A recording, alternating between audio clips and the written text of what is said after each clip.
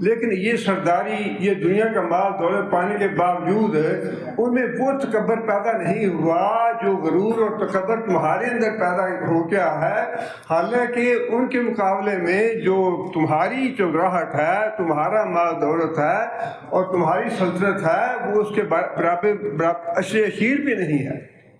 اب یہ آگے اللہ تعالیٰ نے دراصل یہ تقابل کیا اللہ تعالیٰ نے، جو اللہ کے نیک بندے ہیں اور جو اللہ کے حضور عاجزی کرنے والے ہیں، جو اپنے مال دولت پہ اکڑ اور تکبر نہیں کرتے، ان کا اللہ تعالیٰ نے تقابل کیا ہے۔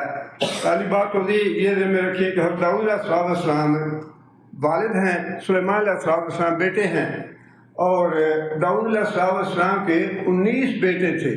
19 بیٹوں میں سے سب سے چھوٹے تھے سلیمان علیہ السلام۔ 19 بیٹوں میں سے اللہ تعالیٰ نے چنا سب سے چھوٹے بیٹے کو۔ اب یہ اللہ تعالیٰ کی اپنی حکمت ہے، اللہ تعالیٰ کی اپنی دین ہے، اور اللہ تعالیٰ کا اپنا فضل و انعام ہے جس پہ اللہ چاہیں۔ اب یہ بھی ایک طرح سے جواب ہے قریش مکہ کو کہ جو مکہ کے بڑے بڑے سردار تھے، ان میں سے اللہ نے کسی کو نبی نہیں بنایا، محمد کو کیوں نبی بنا دیا؟ اب یہ خود نبی صلی اللہ علیہ وسلم نے یہ بات ارشاد فرمائی کہ اللہ تعالیٰ نے بنو اسماعیل سے کنانیہ کو چنا، کنانیہ میں سے قریش کو چنا، اور قریش میں سے بنو ہاشم کو چنا، اور بنو ہاشم میں سے مجھے چنا اللہ تعالیٰ نے۔ اور فرمایا، بار بار فرمایا کہ فخر کی بات نہیں ہے، میں تو اللہ کا احسان سمجھتا ہوں اسے، اللہ نے مجھ پہ رحم فرمائی، مجھ پہ فضل کیا تو اللہ نے مجھے چن لیا۔ اور ایسے ہی یعقوب علیہ السلام کا معاملہ بھی ہے، 12 بیٹے تھے، اور 12واں جو چھوٹا تھا صاحب سے یوسف علیہ السلام، اللہ نے 12 میں سے ان کو چنا۔ یہ تو اب اللہ کی دین ہے کہ اللہ دین کے کام کے لیے کس کو چنتا ہے، کس پہ اپنا انعام کرتا ہے، کس پہ فضل کرتا ہے۔ اگر قریش مکہ میں سے یا پوری دنیا میں سے اللہ تعالیٰ نے محمد صلی اللہ علیہ وسلم کو پسند کیا تو یہ اللہ کا فضل، اللہ کی رحمت ہے، اللہ جس پہ چاہے کرے۔ دوسری بات یہ ہے کہ سلیمان اور داؤد علیہ السلام کو اللہ تعالیٰ نے زبور عطا فرمائی، اور داؤد علیہ السلام رسول بھی ہیں، نبی بھی ہیں، لیکن جو بیٹا ہے سلیمان علیہ السلام وہ رسول نہیں ہے، وہ صرف نبی ہے، وہ صاحب کتاب نہیں، بلکہ جو والد کی کتاب تھی زبور، اسی کے وہ بھی علم بردار تھے۔ دوسری بات یہ ہے کہ جو اللہ تعالیٰ نے جس بات کا ابتدا میں ہی فرما دیا کہ ہم نے تم پہ احسان کیا، علم دیا، اور علم کے ساتھ ساتھ ایسی سلطنت اور حکومت عطا فرمائی کہ اس کے بعد کسی کے لیے وہ سزاوار نہیں ہوگی۔ اب اس میں علم جو ہے وہ وحی الہی کا علم بھی ہے، اور اس کے علاوہ بہت سے علوم دوسرے بھی ہیں، جیسا کہ فرمایا کہ ہم نے جانوروں کی اور پرندوں کی، چرندوں کی زبان سکھائی بھی۔ حضرت سلیمان علیہ السلام دونوں باپ بیٹا بولی سمجھتے بھی تھے اور سنتے بھی تھے ان کی بولی، اور پھر خود بولتے بھی تھے، جیسا کہ حضرت ہدہد کے ساتھ ہے، حضرت سلیمان علیہ السلام نے براہ راست کلام کیا۔ جو زبان ہدہد بولتا تھا اسی زبان میں سلیمان علیہ السلام گفتگو کرتے تھے، اور فرمایا کہ ہم نے ان کے لیے جنات کو مسخر کیا، ہوا کو مسخر کر دیا، پھر سلیمان داؤد علیہ السلام کو زرہ بنانا سکھایا، ان کے ہاتھ میں لوہا ہم نے نرم کر دیا۔ یہ ساری چیزیں وہ ہیں جو اس سے پہلے کسی نبی کو اللہ تعالیٰ نے عطا نہیں فرمائی۔ جنات کا مسخر کر دینا، انسانوں پہ حکومت دینا، پھر پرندوں چرندوں پہ، درندوں پہ، ہوا پہ، ہر چیز پہ ان کی سلطنت تھی اور حکومت تھی۔ یہ اللہ تعالیٰ نے ساری وضاحت اس لیے فرمائی کہ قریش مکہ کو غرور تھا اپنی دولت پہ، اپنے مال پہ، اپنی حکومت پہ، اپنی سلطنت میں، اور اللہ تعالیٰ نے فرما دیا کہ تم سے پہلے ایسے میں نے بندے بھیجے یا ایسے لوگوں کو میں نے حکومت دی جنہوں نے اتنا کچھ پانے کے باوجود، اتنی سلطنت حاصل کرنے کے باوجود ان میں تکبر اور اکڑ پیدا نہیں ہوئی، غرور پیدا نہیں ہوا، بلکہ وہ اللہ کے احکام کے آگے جھکے، اور انتہا درجے کی عاجزی تھی ان میں۔ اللہ فرماتے ہیں وَلَقَدْ آتَيْنَا دَاوُودَ وَسُلَيْمَانَ عِلْمًا وقال الحمد للہ الذی فضلنا علی کثیر من عبادہ المؤمنین. یہ ساری جو عبارت ہے، یہ آیت ہے، یہ ساری اللہ تعالیٰ کے نام، اللہ کے فضل اور حضرت داؤد اور حضرت سلیمان علیہ السلام کی عاجزی اور بندگی پہ مشتمل ہے. یہ اعتراف کیا پہلے تو الحمدللہ کہا کہ اس اللہ کا شکر ہے جس نے ہمیں علم عطا فرمایا ہے. شکر کا مطلب یہ ہے کہ آدمی کسی کے احسان کا اعتراف کرے. کسی کے احسان کا اعتراف نہ کرنا یہ ناشکری ہے، اور کسی کے احسان کا اعتراف کرنا کہ ہاں باقی فلاں آدمی نے مجھ پہ احسان کیا ہے، یہ شکر گزاری ہے. جب ہم شکریہ کہتے ہیں کسی کو، جی آپ کا شکریہ، تو اس کا مطلب یہ ہے کہ ہم اس کے احسان کا اعتراف کر رہے ہیں کہ باقی تو نے میرے ساتھ نیکی کی ہے، میرے ساتھ اچھا سلوک کیا ہے. اور جب ہم الحمدللہ کہتے ہیں تو اس کا مطلب یہ ہے کہ ہم اللہ تعالیٰ کے احسانات کا شکریہ ادا کر رہے ہیں اور اس بات کا اعتراف کرتے ہیں کہ یا اللہ تو نے ہم پہ بڑا فضل اور احسان کیا ہے. اس لیے نبی صلی اللہ علیہ وسلم نے فرمایا کہ افضل الشکر الحمدللہ. الحمدللہ کہنا جو ہے یہ سب سے افضل ترین شکر ہے اللہ تعالیٰ کا. اللہ تعالیٰ کی حمد و ثنا پائی جاتی ہے. اور کتنی دعائیں ایسے ہیں جس میں نبی صلی اللہ علیہ وسلم نے ہمیں اللہ اس کا ابتدا ہی الحمدللہ سے ہوتی ہے. کھانا کھانے کے بعد کہو الحمدللہ الذی اطعمنی ورزقنی. اس اللہ کا شکر ہے جس نے یہ کھانا پینا دیا مجھے. روزانہ جب سو کے اٹھتے ہو تو اس بات پہ اللہ کا شکر ادا کرو کہ یا اللہ تو نے ہمیں ایک دن کی اور مہلت دے دی. الحمدللہ الذی احیانا بعد ما اماتنا.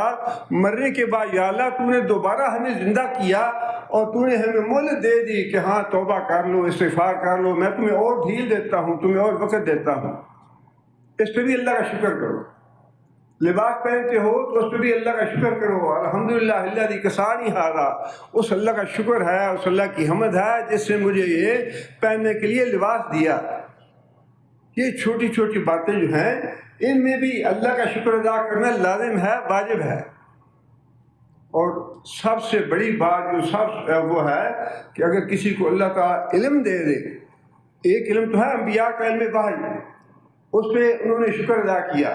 لیکن انبیاء کے بعد جس کو بھی اللہ تعالیٰ نے دین کا علم دے دیا وہ بہت بڑا اللہ نے اس پہ انعام کیا، بہت بڑا اللہ نے فضل کیا اس پہ. علم کی دولت جو ہے نا، علم سے اس کے مقابلے میں کوئی دنیا کی نعمت آپ لے لیں، مال ہے، دولت ہے، بیان ہے، ڈالر ہے، حکومت ہے، صدارت ہے، گورنری ہے، یا جو بھی منصب ہے، کمشنر ہے، ڈپٹی، جو بھی ہے، سارے کے سارے ہیج ہیں علم کی دولت کے آگے. وہ بات اس میں فرمائے نا کہ خیرکم من تعلم القرآن وعلمہ. تم میں سے سب سے اچھا وہ ہے جو قرآن سیکھتا ہے، سکھاتا ہے. اسی میں ہماری ڈیل ہے.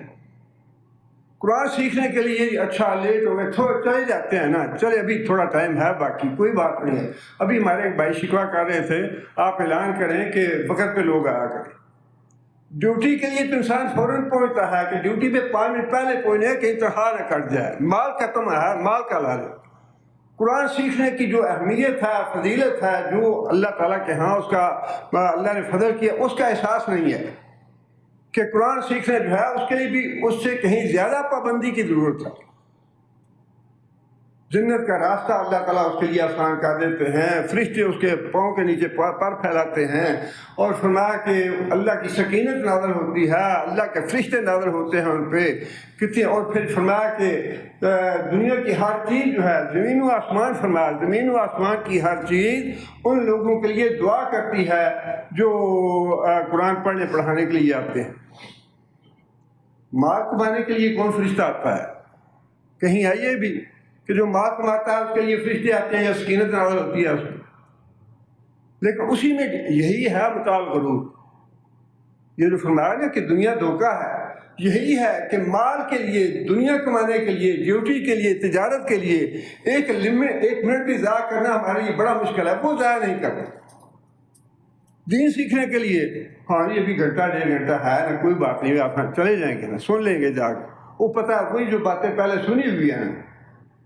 اس کے لیے، اور یہی بات جو ہے یہاں اللہ تعالیٰ نے محسوس کروائی ہے کہ جس بات کا سب سے زیادہ شکر کیا داؤد علیہ السلام نے، سب سے زیادہ جس چیز کا انسان کا ذکر کیا، سب سے پہلے ذکر کیا، وہ تھا علم وحی، کہ یا اللہ تو نے ہم پہ احسان کیا ہے کہ تو نے ہم کو یہ علم دیا ہے۔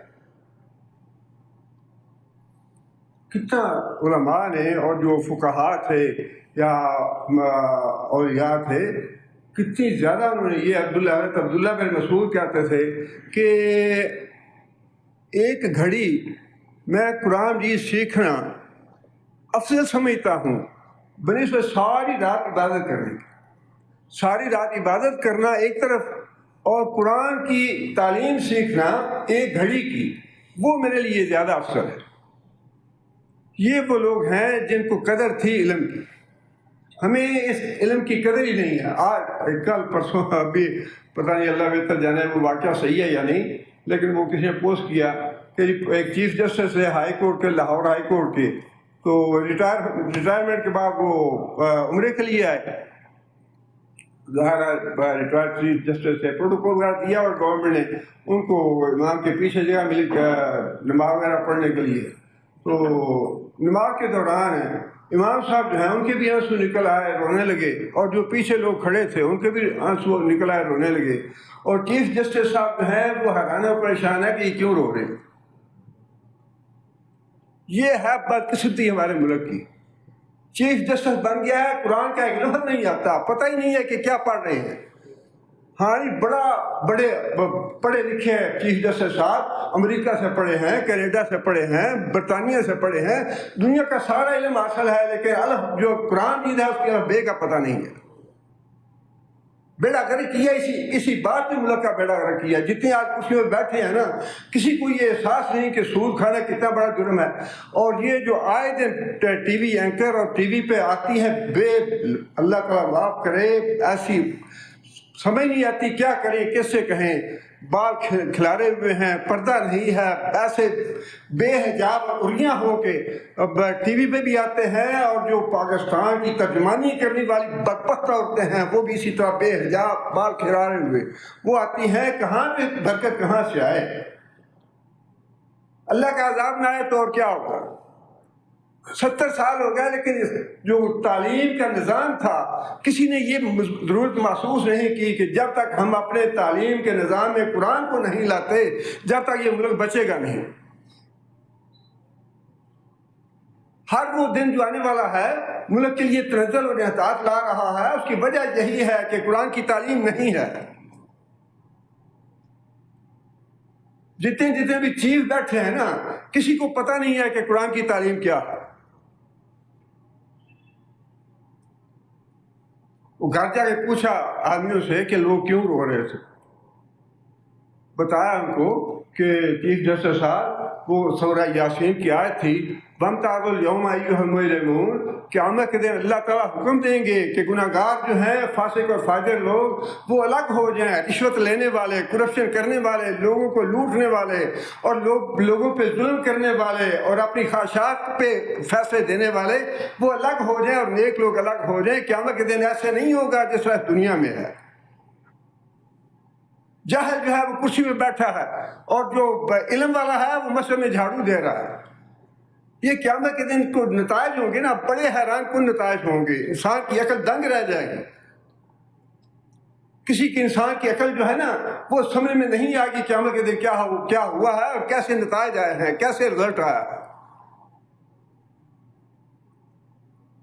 قرآن کا علم اور شریعت کا جو حدیث کا علم اور شریعت کے علوم، شریعت کے مسائل اور احکام جو ہیں، ان کا سیکھنا، جس کو اللہ نے یہ دے دی نا، دین دے دی، یا جس کو یہ لگن دے دی اللہ نے، جس کو یہ علم دے دیا، اس پہ بڑا اللہ کا فضل ہے، اس کو بڑا اللہ کا شکر ادا کرنا چاہیے۔ پیغمبروں نے اس پہ شکر کیا اللہ کا کہ یا اللہ تیرا شکر ہے، تو نے ہمیں یہ علم دیا ہے۔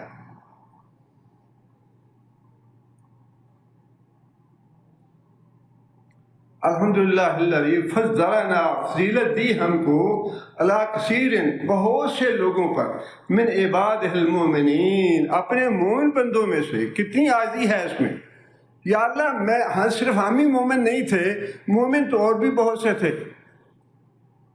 یہ بالکل وہی بات ہے جو نبی صلی اللہ علیہ وسلم نے فرمائی نا کہ اللہ نے مجھے چنا ہے۔ آدم علیہ السلام کی اولاد سے اسماعیل کو چنا، اسماعیل علیہ السلام کی اولاد سے کنعانہ کو چنا، پھر قریش کو چنا، پھر بنو ہاشم کو چنا، پھر مجھے چنا۔ یہی بات حضرت داؤد اور سلیمان علیہ السلام نے کہی کہ یا اللہ ہمارے علاوہ بھی بہت سے مومن تھے، لیکن یہ تو آپ کا فضل ہے کہ آپ نے ہمیں چن لیا رسالت کے لیے، ہمیں یہ نبوت دی، ہمیں یہ علم دیا۔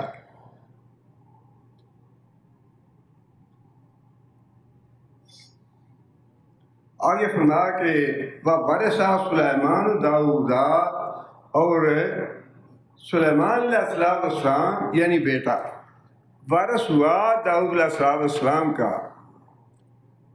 یہ ایک اور اللہ کی نعمت اور احسان کا ذکر کیا اللہ تعالیٰ نے کہ تمہارے بیٹے کو میں نے تمہارا وارث، مال کا وارث نہیں کہا، مال کی وراثت انبیاء میں ہوتی نہیں۔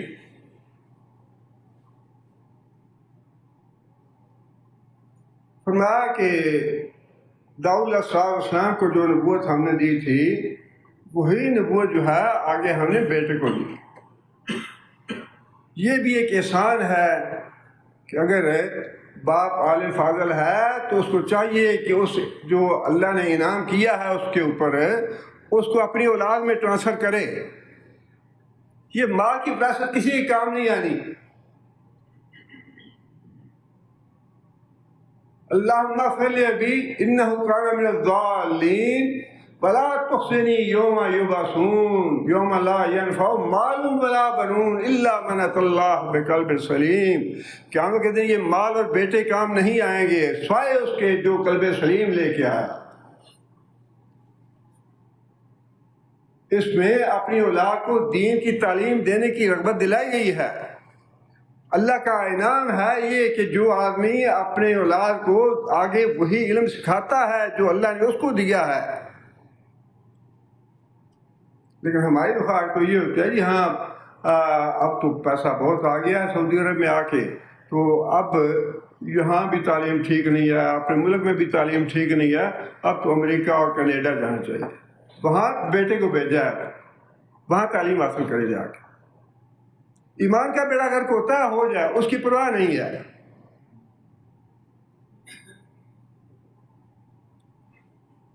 یہ سلسلہ جو ہے نا یہ اللہ تعالیٰ اندھی تقسیم نہیں ہے اللہ کے ہاں۔ زکریا علیہ السلام نے کیا دعا کی تھی؟ یا اللہ بیٹا عطا فرما یارثنی و یرث آل یعقوب، یا اللہ ایسا بیٹا عطا فرما جو میرے دین کا وارث بنے، دنیا کا وارث نہیں چاہیے۔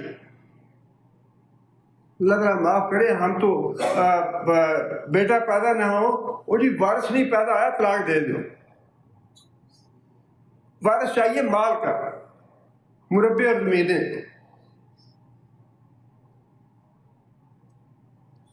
لیکن جو تعلیم قرآن کی تعلیم ہے وہ یہ ہے کہ یرثنی و یرث من آل یعقوب واجعلہ رب رضیہ۔ یا اللہ اولاد نیک چاہیے، نیک جو تیری فرمان بردار ہو۔ یا اللہ دین کا کام کرنے والی، دین کی اشاعت کرنے والی، دین کی نشر و اشاعت ہو، تعلیم و تدریس ہو قرآن کی حدیث کی، وہ اولاد چاہیے۔ نافرمان اللہ کی باغی اور دنیا دار وہ اولاد نہیں چاہیے۔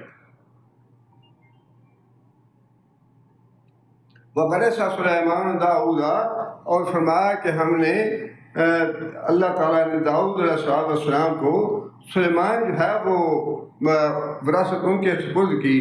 وقال، اور کہا یا ایھا الناس علمنا منطق الطیر۔ اب یہ مخاطب ہیں دونوں باپ بیٹا یا سلیمان علیہ السلام لوگوں سے کہ اے لوگوں علمنا، ہمیں علم دیا گیا، ایک وہ علم بھی ہے ایک وہ علم بھی ہے۔ وہ تو ظاہر ہے کہ جو بھی نبی ہوگا اس کے پاس علم وحی ہوگا، لیکن اس کے علاوہ جو علوم تھے ان کا ذکر الگ سے کیا سلیمان علیہ السلام نے۔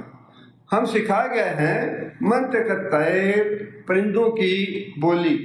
سکھایا گیا کا مطلب یہ ہے کہ ہم ان کی بولی سمجھتے بھی ہیں اور ان کی بولی سنتے بھی ہیں اور ان کی بولی میں جواب بھی دیتے ہیں، ان سے ہم کلام بھی ہوتے ہیں۔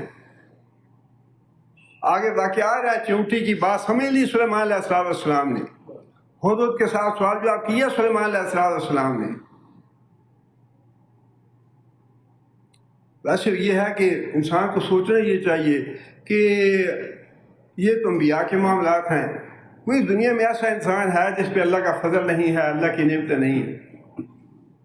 کتنا شکر ادا کرتے ہیں ہم اللہ کی نعمتوں کا، یا کتنا اعتراف کرتے ہیں کہ یا اللہ باقی تیرا بڑا شکر ہے، بڑے احسان کیے ہیں تو نے۔ بلکہ انسان جس حال میں بھی ہو، بدترین حالت میں بھی ہو، تب بھی اللہ کے انعامات اس پہ بے شمار ہیں، بدترین حالت میں بھی۔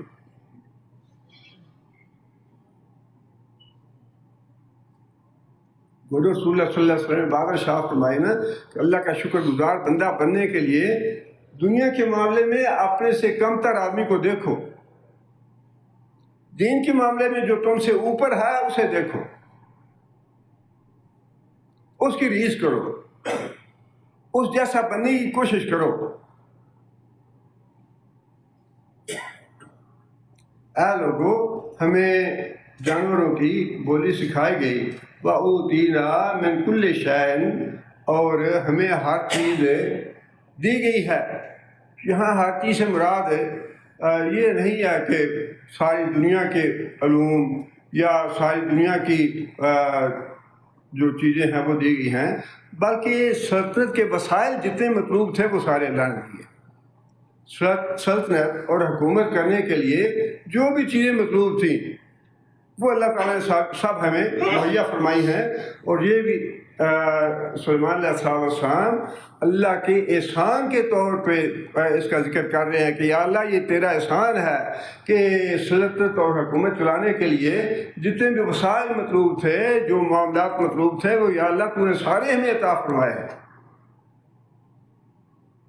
ان ھذا لَھُوَ الْفَضْلُ الْمُبِینُ، اور یہ تو بڑا ہی بہت واضح فضل ہے، اللہ کا بڑا واضح فضل ہے۔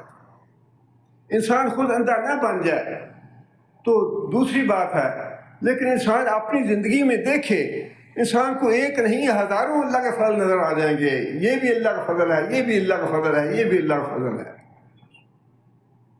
ایک کالم نگار نے اخبار میں لکھا تھا کہ وہ ایک سکھ کالم نگار تھا، تو اس نے ایک دن مجھے ٹیلی فون کیا اور بڑا رو رہا تھا کہ فلاں تکلیف ہے، فلاں میرا نقصان ہو گیا، فلاں مصیبت آ گئی، فلاں مصیبت آ گئی۔ تو اس نے کہا کہ میں نے کہا اچھا ٹھیک ہے، تم اپنا علاج جو کرتے ہو کرتے رہو، لیکن میں تمہیں ایک میسیج بھیج رہا ہوں، یہ بھی ذرا سن لو۔ تو وہ کہتا ہے کہ میں نے سورہ الرحمن کا اردو ترجمہ اس کو بھیج دیا۔ میں نے کہا کہ اس کو بار بار سنو۔ اردو ترجمہ بار بار سنا اس نے، کہتا ہے کہ ایک ہفتے بعد 10 دن کے بعد اس کا میسیج دوبارہ آیا اور ٹیلی فون کیا اس نے۔ وہ ہچکیوں سے رو رہا تھا، کہنے لگا کہ یہ کیا چیز ہے، یہ تو پڑھ پڑھ کے میں نے ایک طرف جو اللہ کی نعمتیں تھیں، بھگوان کی نعمتیں وہ گننی شروع کی، اور جو مجھے تکلیفیں تھیں، مصیبتیں، پریشانیاں، وہ میں نے لکھنی شروع کی، اور جو اللہ کے انعامات ہیں، اللہ نے جو فضل کیا ہے، جو اللہ تعالیٰ نے دنیا میں دیا ہے مجھے، وہ ان کی لسٹ تو کہیں زیادہ ہے اس سے جو مصیبتیں ہیں میری یا جو پریشانیاں ہیں۔ یہ جو ہے نا قرآن، یہ وہی بات ہے کہ ہم بالکل بہت ناشکرے ہیں، بہت ہی جاہل ہیں، اور یہ اس کا پتہ چلے گا ہمیں قیامت کے دن۔ یہ قرآن جو ہے نا، جس کو ہم اتنی لاپرواہ سمجھتے تھے چیز، جس کے لیے ہماری آنکھیں نہیں کھلتی تھیں، یہ قیامت انسان جو ہے قیامت کے دن باعث حسرت ہوگا۔ لوگ کہیں گے اس قرآن کو دیکھ کے کہ یہ وہ قرآن ہے جس سے لوگ جنت میں اتنے درجے جنہوں نے حاصل کر لیے۔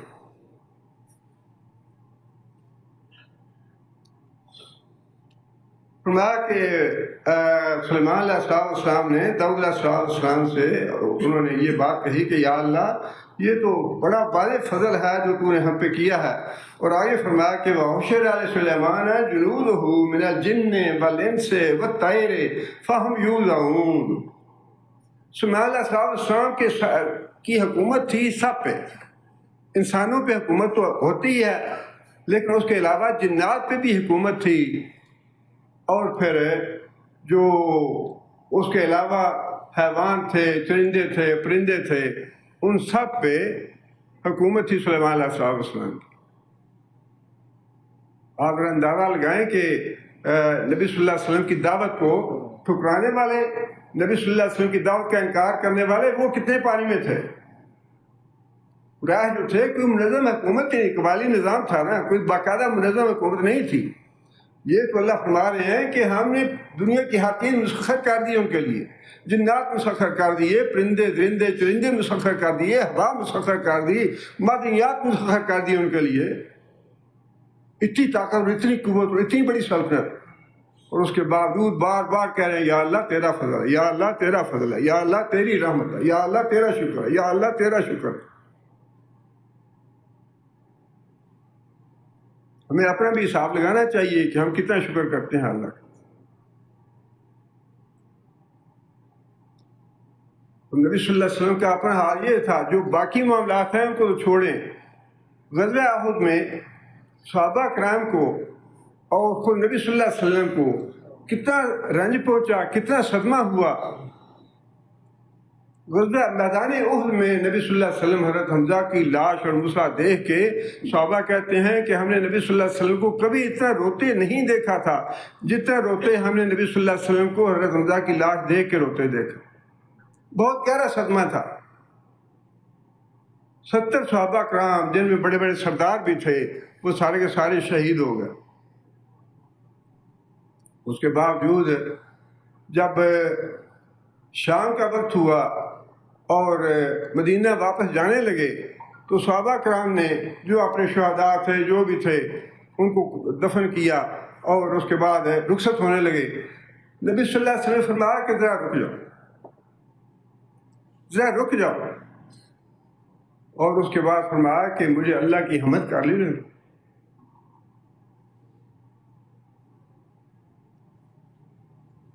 میں اللہ کا شکر تو ادا کر لوں. ہمیں تو ذرا ہی تکلیف آ جائے نا تو ہماری زبان جو ہے وہ گلے شکوے سے بھر جاتی ہے. ساری زندگی بعد ایسے ہی گزر رہی ہے، بڑی مصیبت ہے، یہ تکلیف ہے، وہ تکلیف ہے، یہ بھی ہے، وہ بھی ہے، سارا کچھ ہے. سامنے شہداء پڑے ہیں، اپنے شہداء کو اپنے ہاتھوں سے دفن کیا ہے، اور جو زخمی ہیں، جو باقی جتنا لشکر ہے وہ بڑے صدمے کے ساتھ واپس جا رہا ہے، اور اللہ کے رسول فرما رہے ہیں کہ ذرا ٹھہر جاؤ، میں اللہ کا شکر ادا کر لوں. اور وہ معمولی بات نہیں تھی کہ مال الحمدللہ کہہ دیا. وہ مسند احمد میں بڑی طویل حدیث دی ہے کہ نبی صلی اللہ علیہ وسلم کھڑے ہو گئے اللہ کا شکر ادا کرنے کے لیے، اللہ کی حمد و ثنا کرنے کے لیے، اور مسلسل حمد و ثنا کرتے رہے. اور حمد و ثنا کر کے جب نبی صلی اللہ علیہ وسلم مطمئن ہو گیا تو فرمایا اچھا چلو اب چلتے ہیں. کیا ہماری زندگی کیا ہے؟ ہماری تو اللہ تعالیٰ معاف کرے، صحابہ کرام کے زبانیں جو ہیں گز کی لمبی زبانیں نکالتے ہیں صحابہ کرام کے بارے میں. ذرا صحابہ کرام کے حالات کو پڑھ کے دیکھیں. صحابہ کرام یہ قربانیاں نہ دیتے تو آج ہم بھی بتوں کو پوج رہے ہوتے. صحابہ کرام ہی یہاں آئے تھے ہند میں، جنہوں نے آ کے یہ قرآن سنت کی تعلیم یہاں پھیلائی ہے. اور ان کے بارے میں آج جاہل قسم کے لوگ اور ان پڑھ قسم کے لوگ الف بے پڑھ لیتے ہیں تو معاذ اللہ صحابہ کرام کے بارے میں اپنی عدالتیں لگا لیتے ہیں. فلاں غلط تھا، فلاں ایسے تھا، فلاں ایسے تھا، فلاں نے ناجائز کیا، فلاں نے یہ کر دیا، فلاں نے یہ کر دیا. تم اپنے آپ کی طرف دیکھو، تمہارا اپنا کیا حال ہوگا قیامت کے دن. ان کو تو اللہ نے فرما دیا کہ وہ مغفور ہیں، اللہ نے رحمت کی، ان کو ہر گناہ ان کا معاف کر دیا. جس آیت میں اللہ تعالیٰ نے یہ بات ارشاد فرمائی نا کہ غزوہ احد میں دنیا کی دولت اور لالچ کی وجہ سے تم نے وہ درگاہ چھوڑ دیا، جبل رماد چھوڑ دیا اور مسلمانوں کو نقصان، اسی آیت میں اللہ نے یہ فرما دیا کہ میں نے تمہیں معاف کر دیا ہے. غلطی ہوئی صحابہ کرام سے لیکن اللہ نے خود فرما دیا اسی آیت میں، الگ آیت نہیں ہے، اسی آیت میں فرما دیا کہ میں نے تمہیں معاف کیا.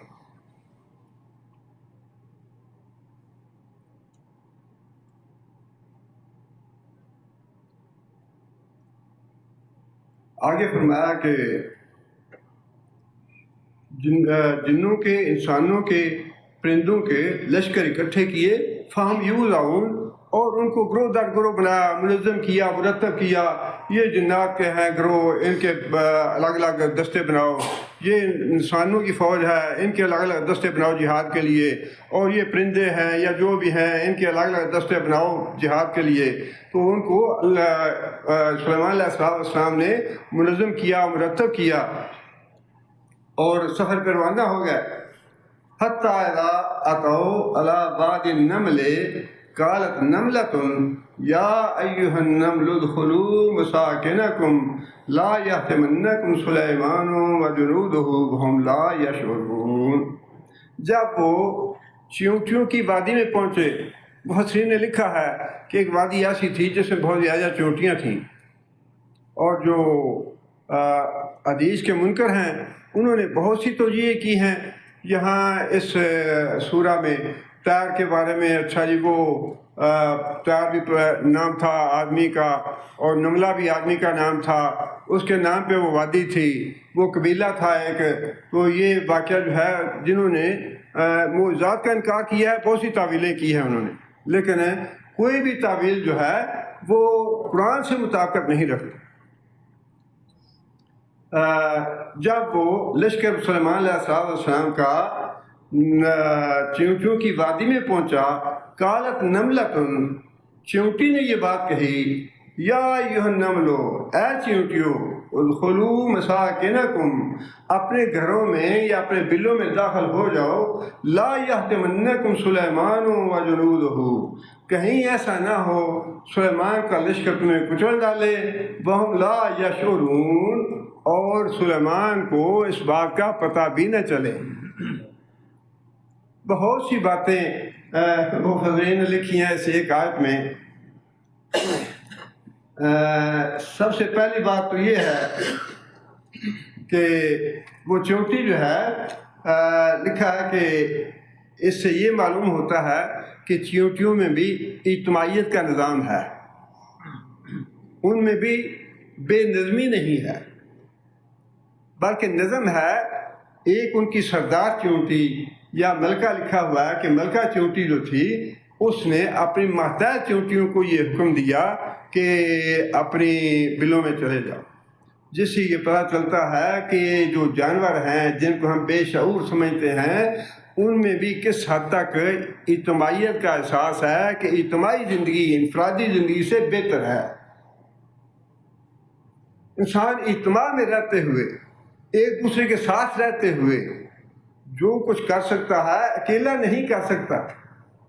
اور ویسے بھی نبی صلی اللہ علیہ وسلم کی حدیث ہے، اکیلا آدمی جب ہوتا ہے تو اس کی مثال جو ہے وہ اس بکری جیسی ہے جو ریوڑ سے الگ ہوتی ہے، اس کو بھیڑیا بڑی آسانی سے اچک لیتا ہے۔ جو بکری اپنے ریوڑ سے الگ ہوتی ہے اس کو بھیڑیا سے برا شیطان ہے۔ جو انسان الگ زندگی بسر کرے گا نا لوگوں سے، اس لیے یہ بڑا ضروری ہے کہ جہاں کہیں بھی رہیں، کسی نہ کسی حلقے کے ساتھ، کسی نہ کسی جماعت کے ساتھ، کسی نہ کسی نظم کے ساتھ مل کے رہیں، اس میں بڑی خیر و برکت ہے۔ فرمایا کہ جو بکری اپنے ریوڑ کے ساتھ رہتی ہے اس کو اٹھانا یا اچکنا بھیڑیے کے لیے مشکل ہوتا ہے، جب وہ الگ ہوتی ہے تو آسانی سے بھیڑیا اٹھا لیتا ہے اسے۔ یہ اجتماعیت کا احساس جو ہے یہ جانوروں میں بھی اللہ تعالیٰ نے رکھا ہوا ہے۔ دوسری بات یہ ہے کہ چیونٹی جو ہے اس میں کتنا زیادہ احساس ہے اپنی ہم جنس کا۔ اپنی جیسی جو چیونٹیاں ہیں ان کی کتنی ہمدردی ہے اس میں، اور کتنا خلوص ہے ان کے لیے۔ ان کی اپنی جان نہیں، یہ نہیں ہے کہ ٹھیک ہے میں اپنی جان بچا لوں، بلکہ یہ ہے کہ مجھے ان کی جان بھی بچانی ہے۔ جانوروں میں اتنا خلوص ہے، لیکن جو سیلفشنس ہے، خود غرضی ہے، وہ انسانوں میں زیادہ ہے، بھرپور ہے خود غرضی، اور اسی خود غرضی نے معاملات جو ہیں فساد پیدا کیا ہے، بگاڑا ہوا ہے، ملک کو تباہ کیا ہوا ہے۔ ہر آدمی یہ چاہتا ہے کہ میرا گھر بار جائے، میری جو 7 نسلیں ہیں نا ان کو مل جائے، جو بھوکے مرتے ہیں مرتے رہیں، ان کی پرواہ نہیں ہے، کسی اور کو کھانے کو ملے یا نہیں ملے۔ اب یہ دیکھیں ابھی جو حال ہی میں خبر آئی ہے گندم کے اسکینڈل کی، چند مہینے بعد یا 1-2 مہینے کے بعد گندم کا سیزن آنے والا تھا، لیکن اس سے پہلے اپنے مفاد کے لیے، اپنا پیسہ لوٹنے کے لیے اربوں خربوں کی جو گندم ہے وہ درآمد کر لی۔ اب وہ بیچارے کسان جو ہیں وہ پریشان ہیں کہ گندم کہاں دیں، کس کو دیں، وہ لے نہیں رہا، اور وہ سارا مفاد جو ہے 2-3 آدمیوں نے یا 5-10 آدمیوں نے لوٹ کسوٹ کی ہے، یہ خود غرضی ہے۔ دوسرے مرتے ہیں، مرتے رہیں، بھوکے رہتے ہیں، رہیں، لیکن کہاں یہ جانور ہیں، جانور اچھے ہیں انسانوں سے، کہاں جانور ہیں کہ اس کو احساس ہے کہ میں نے اپنے ساتھ اپنی جو دوسری ہم جنس ہے اس کو بھی ساتھ لے کے بچنا ہے، خود میں اپنے آپ کو نہیں دوسروں کو بھی بچانا ہے۔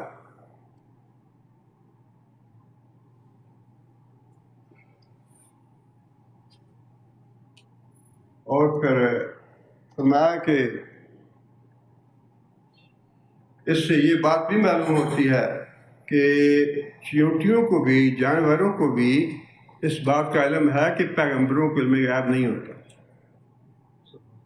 یہ جھگڑے جو ہے نا یہ ہمارے اندر ہیں، یہ جو عقل دی ہے نا تھوڑی بہت اللہ نے، اسی عقل نے بیڑا غرق کیا ہمارا،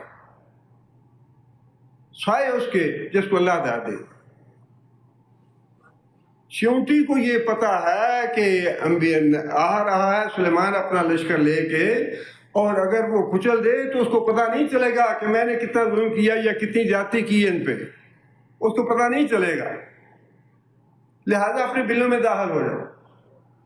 ہم کہیں جی قرآن کی آیتیں ہیں تو کہتے ہیں یہ تو واپی ہیں، یہ تو کوئی جواب نہیں ہے۔ قرآن کی آیتیں ایک نبی کے لیے نہیں ہیں، بار بار انبیاء کے نبی صلی اللہ علیہ وسلم کی زبان مبارک سے نکلوا دیا۔ قُلْ لَوْ كُنْتُ أَعْلَمُ الْغَيْبَ لَاسْتَكْثَرْتُ مِنَ الْخَيْرِ، ان سے کہہ دو کہ اگر مجھے علم غیب ہوتا میں بہت سے نقصانوں سے بچ جاتا، میں طائف نہ جاتا، میں اپنی بیوی کے بارے میں پریشان نہ ہوتا، میں 70-80 کاریوں کو لوگوں کے ہاتھوں میں، منافقوں کے ہاتھوں میں نہ دیتا، بہت سے نقصانوں سے بچ جاتا، لیکن مجھے علم غیب نہیں تھا۔ میں نے جب کاریوں کو دیا یا میں طائف چلا گیا یا دوسرے معاملات، ہزاروں ایک نہیں بے شمار معاملات ہیں۔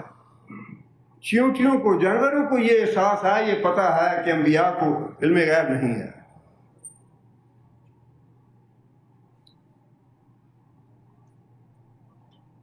آگے پھر اللہ فرماتے ہیں کہ وَتَبَسَّمَ ضَاحِكًا مِنْ قَوْلِهَا، سلیمان علیہ السلام نے بات سن لی اور سمجھ بھی لی چیونٹی کیا کہہ رہی ہے۔ سلیمان علیہ السلام ہنسے اس کی بات پہ، ہنسے کس وجہ سے؟ ایک تو یہی بات تھی کہ وہ چیونٹی جو ہے اپنی چیونٹی بہنوں کے لیے کتنی ہمدرد اور خواہ ہے۔ یہ مسکرانا ایک طرح سے خوشی کا مسکرانا تھا کہ ان کو خوشی ہوئی کہ ایک جانور جو ہے یا درندہ جو ہے یا بے جان جس کو ہم بے شعور ہم سمجھتے ہیں، وہ اپنی نسل کے لیے یا اپنی جنس کے لیے کس قدر اس کی خیرخواہی اس کے دل میں ہے۔ اور دوسرا اس لیے بھی مسکرائے، خوشی ہوئی اس بات کی کہ چیونٹیوں کو بھی یہ پتہ ہے کہ میں زیادتی نہیں کرتا کسی پہ، شعوری طور پہ جانتے بوجھتے میں کسی پہ زیادتی نہیں کروں گا۔ جب مجھے یہ پتہ چل جائے گا یہاں چیونٹیاں ہیں تو پھر میں ان کو تکلیف نہیں دوں گا، پھر ان پہ زیادتی نہیں کروں گا۔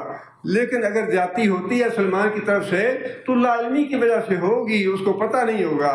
سلیمان علیہ السلام کو اپنی اس نیک نامی پہ خوشی ہوئی کہ میری اچھی جو ایک بات ہے اس کا اعتراف چیونٹی بھی کر رہی ہے۔ اور یہ جو ہے یہ کوئی بری بات نہیں ہے کہ انسان کو یہ تمنا نہیں کرنی چاہیے کہ میری خوشامد کریں لوگ، یہ تمنا نہیں کرنی چاہیے۔ لیکن اگر کوئی حقیقت پہ مبنی بات کرتا ہے کسی کی خوبی کی تو اس میں کوئی حرج کی بات نہیں ہے، اور اس سے جو خوشی ہوتی ہے وہ خود نبی صلی اللہ علیہ وسلم فرمایا کہ وہ ایک طرح سے مومن کے لیے دنیا میں اللہ کی طرف سے خوشی ہے کہ دوسرے لوگ جو ہیں وہ اس کو اچھا سمجھتے ہیں یا اس کی نیک نامی کا اعتراف کرتے ہیں۔ فرمایا کہ اس بات پہ سلیمان علیہ السلام کو خوشی ہوئی. وقال رب اوزعنی ان اشکر نعمتک التی انعمت علی وعلی والدی وان اعمل صالحا ترضاہ وادخلنی برحمتک فی عبادک الصالحین. وہی بات ہے کہ پھر اللہ کا فضل اور اللہ کا انعام دیکھ کے بڑی لمبی دعا کی سلیمان علیہ السلام.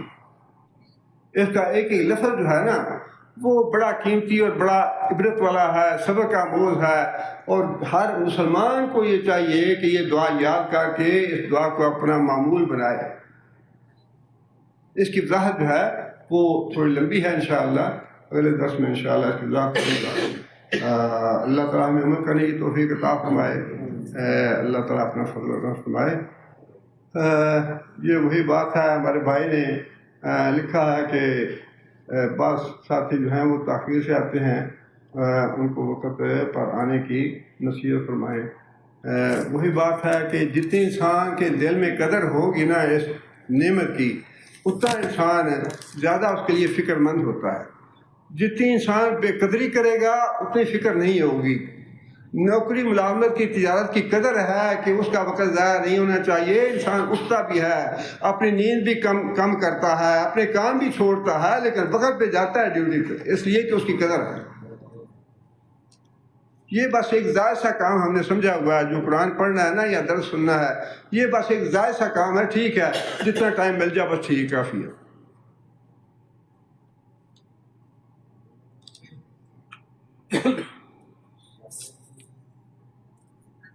یہ بھائی نے لکھا ہے کہ اشراق کی نماز جو ہے صرف 2 رکعت ہے یا 2 سے زیادہ بھی ہے.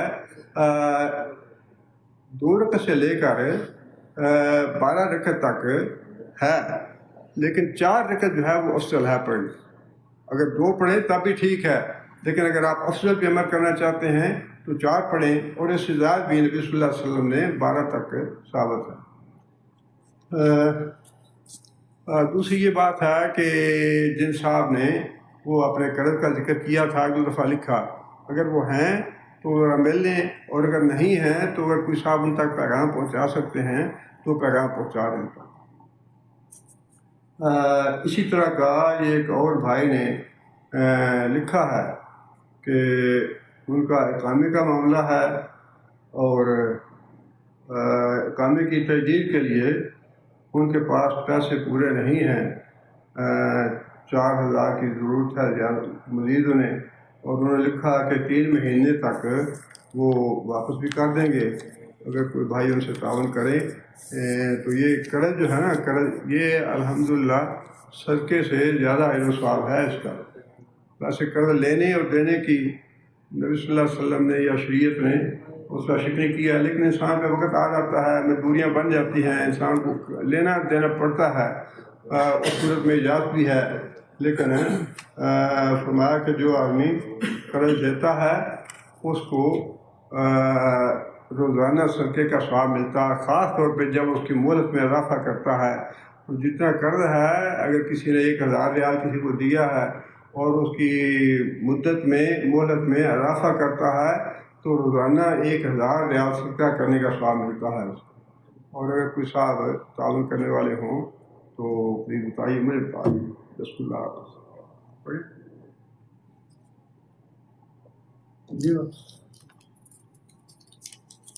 ہاں، ایک بھائی لکھا ہے کہ ایک ساتھی ہیں، ان کے والد کا انتقال ہو گیا ہے، اور ہمارے وہ ساتھی جو ہیں اشفاق بھائی وہ بیمار ہیں، اور ابھی تک ان کے مندمل نہیں ہوا معاملہ. دعا کریں اللہ تعالیٰ ان کو شفا اللہ کاملہ عطا فرمائے، اور جو فوت ہونے والے ہیں اللہ تعالیٰ ان کی مغفرت فرمائے. بسم اللہ الرحمن الرحیم. الحمد للہ رب العالمین الرحمن الرحیم مالک یوم الدین ایاک نعبد و ایاک نستعین اهدنا الصراط المستقیم صراط الذین انعمت علیہم غیر المغضوب علیہم ولا الضالین. اللهم صل على محمد وعلى آل محمد كما صليت على إبراهيم وعلى آل إبراهيم إنك حميد مجيد. ربنا ظلمنا أنفسنا إن لم تغفر لنا وترحمنا لنكونن من الخاسرين. ربنا آتنا في الدنيا حسنة وفي الآخرة حسنة وقنا عذاب النار. ربنا هب لنا من أزواجنا وذرياتنا قرة أعين واجعلنا للمتقين إماما. ربنا ربنا اصرف عنا عذاب جهنم إن عذابها كان غراما إنها ساءت مستقرا ومقاما عذب الباس رب الناس واشف أنت الشافي لا شفاء إلا شفاءك وشفاء لا يغادر سقما عذب الباس رب الناس واشف أنت الشافي لا شفاء إلا شفاءك وشفاء لا يغادر سقما اللهم اغفر له وارحمه وعافه واعف عنه واكرم نزله ووسع مدخله وادخله الجنة وأعذه من عذاب القبر ومن عذاب النار وادخله الجنة وأعذه من عذاب القبر ومن عذاب النار اللهم أيد الإسلام والمسلمين اللهم أذل الشرك والمشركين اللهم دمر أعداء الدين اللهم نذر قلوبنا بنور الإيمان اللهم ثبتنا على الإسلام اللهم اغفر لجميع المؤمنين والمؤمنات الأحياء منهم والأموات ربنا تقبل منا إنك أنت السميع العليم وتب علينا إنك أنت التواب الرحيم سبحان ربك رب العزة عما يصفون وسلام على المرسلين والحمد لله رب العالمين.